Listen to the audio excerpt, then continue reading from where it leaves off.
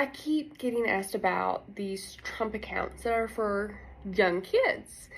And I just want to just kind of discuss it for a few minutes because I feel like there could possibly be a lot of misinformation out there. And a lot of people just see this as free money and great accounts to set up. And there's a lot of truth behind that. But let's just kind of talk through it because I will say it's a little bit difficult to even find some information about it. One of the most common questions that I get is it real? Yes, this is real. This is an incentive by the government.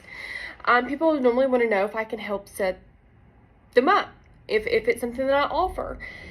Because again, it feels just a little spamish. No, this is not anything that's offered through broker-dealers. You go through the government website and you get it set up. And again, this is for kids that have been born in the last really few years. And what it is they're going to be giving $1,000 as kind of the seed money. And then that money they can use later on. So one of the things that a lot of people think that they're going to take that $1,000 and then just grab it and go do what they want with it. That's not the way that this process is going to work. That money is basically locked in until they're 18, and then once they're 18, it converts into a traditional IRA, which is a retirement account if you're not familiar with that. So you're going to hear either traditional IRA or traditional IRA, however you want to say it. With that, it can be pulled for certain reasons. Education is one of them. New homes is one of them. Normally medical reasons is one of them. To just go and do whatever you want with it is not one of the reasons. And this is not something that typically parents can access just to basically get the money and blow. This is just not free money. If the money is pulled, there will be penalties, there will be taxes. The incentive is this is seed money to teach these babies later on how to invest and what compound interest is. This is a great incentive to start your kids off on the right foot later on. So that's what that is. So a lot of people are thinking they're going to set up these accounts though, and they're going to start putting money into it, and they don't understand the restrictions. So there are other accounts that, depending on what your family's financial goals are for your kids, that may be better. If college is in your mind, a 529 plan is a great place to start. That's something that's a conversation. That is something that I can guide you on. Legacy, if that's something that is important. A Roth IRA if you're self-employed. Minors can have Roth IRAs if they are working and earning wages.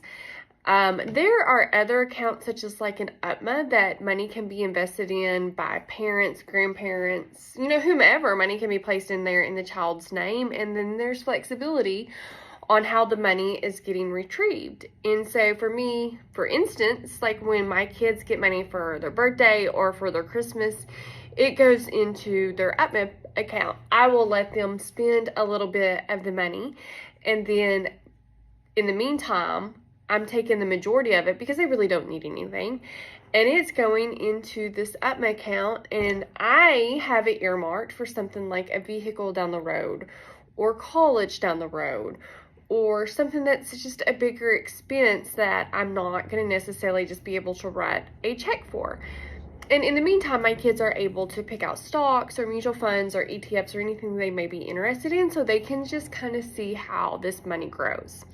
So I guess one of the other things is am I against these accounts? Absolutely not. I'm not against these accounts. I think this is a wonderful idea. I think this is a great practice for kids to learn how to invest and to see how compound interest works. I just don't think it's necessarily the best place to put a lot of money if you don't understand the restrictions. And so my 2 cents is if you're debating on putting a lot of money into this, let's just talk and make sure it's the right fit for you.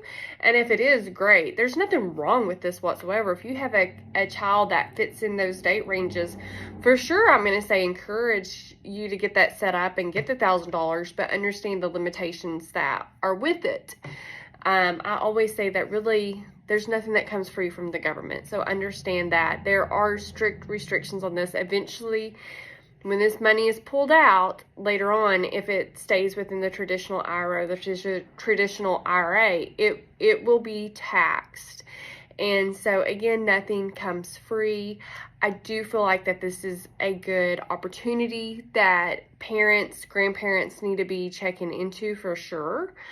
If once you see the limitations that you think maybe it's too much for your child, but you would like them to start investing and you're not for sure what type of account would be best for them, please don't hesitate to reach out. Let's just have a conversation and see if there's additional type of accounts that may better fit what your financial goals are for your child.